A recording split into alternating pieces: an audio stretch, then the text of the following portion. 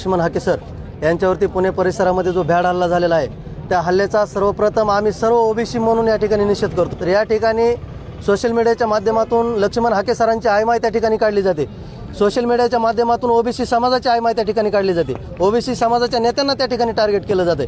पण यापुढे प्रशासनाला, राज्याच्या मुख्यमंत्र्याला आणि गृहमंत्र्यांना, दोन्ही उपमुख्यमंत्र्यांना एक ओबीसीचा युवक म्हणून या ठिकाणी आमची विनंती आहे, ह्या अशा लोकांना जर तुम्ही नाही आवरलं तर येणाऱ्या काळामध्ये आम्ही जशाच तसं उत्तर देऊ आणि कायदा सुव्यवस्था जर त्या ठिकाणी बिघडली त्याची संपूर्ण जबाबदारी ही प्रशासनाची असेल। मराठा विरोधी आम्ही नाहीत। आम्ही त्यांना आरक्षण, गोरगरीब, ते पण गोरगरीब आहेत, त्यांच्यामध्ये काही लय धनगरीब, काही गोरगरीब आहेत, त्यांना 100% आरक्षण मिळालं पाहिजे, पण ओबीसीतून नको ही आमचा सगळ्या ओबीसी समाजाचा ही आहे।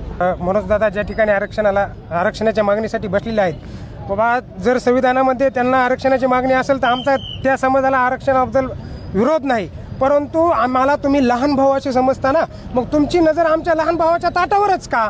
तुम्हाला जर आरक्षण घ्यायचं तर तुम्ही तुमच्या पद्धतीने घ्या, प्रशासनाकडून घ्या, पण आमच्या आरक्षणावर कुणीही डल्ला मारू नये। इथं अनेक लोक आहेत, ते सर्व समाजातले की गॅजेट म्हणजे काय हे या लोकांना माहीत नाही।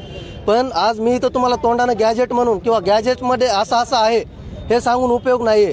या गॅजेटवरती मग ते हैदराबादचं असेल की साताऱ्याचं असेल की जेवढीही गॅजेट त्यांनी ते गॅजेटप्रमाणे द्या म्हणतायत, या सर्व गॅजेटचा अभ्यास आमचे ॲडव्होकेट मंगेश ससाने सर हे पूर्ण पुरावेशी त्या ठिकाणी प्रशासनाला, मीडियाला दाखवत आहेत।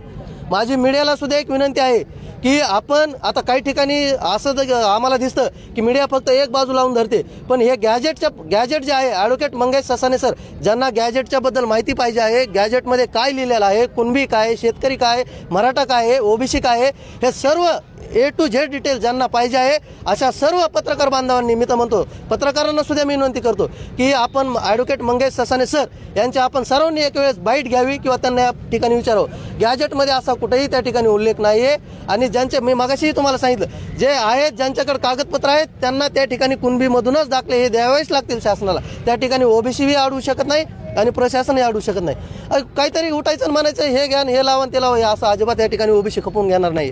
काल छगन भुजबळ साहेबांनी त्या ठिकाणी मुंबईला बैठक घेतलेली आहे, ओबीसीचे सर्व नेते त्या ठिकाणी होते आणि मी सुद्धा घरात बसलेल्या ओबीसीच्या नेत्यांना सुद्धा या ठिकाणी तुमच्याकडून आवाहन करतोय की आपण जर आता रस्त्यावर नाही आला तर येणाऱ्या काळामध्ये हा ओबीसी समाज तुम्हाला घरातच बसवेल।